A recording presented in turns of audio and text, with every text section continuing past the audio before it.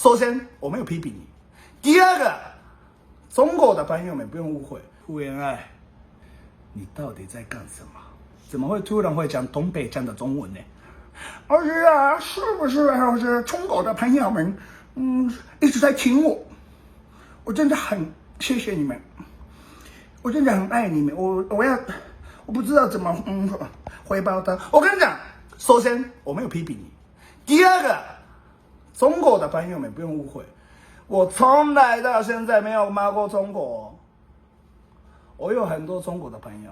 奥运中国的朋友，我发现水准很高，而且很尊重选手，所以我觉得运动这一块是大陆的选手都很棒。只是台湾是国家，台湾是国家队，就是国家队啊。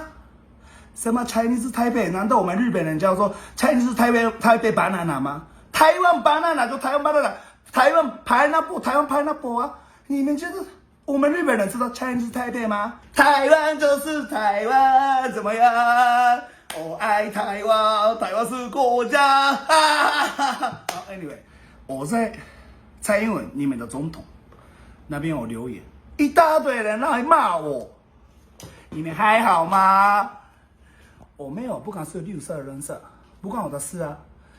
当然有坏的人跟好的人，那每个国民党、民进党都一样，都有啊。好跟坏的，跟颜色没有关系，只是我是爱台湾的外国人，我在台湾生活，我有缴税，我有工作，那是不是很尊重你们决定、你们投票决定的总统？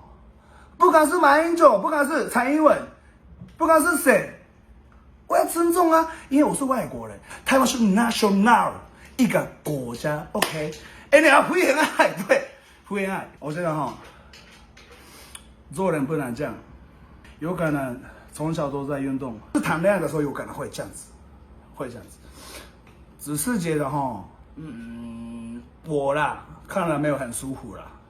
对，不管怎么样，是你的前夫是台湾人嘛，然后就是Panasonic 吧，你有胎眼，这是几个有胎眼的东西，这个一个复杂，对啊。你不能这样，这边就是不能赚钱，然后大家都批评，连道歉都没有，然后开始讲东北话。以前你不是在台湾的时候，有点模仿台湾国语吗？对不起，我只会讲台湾国语。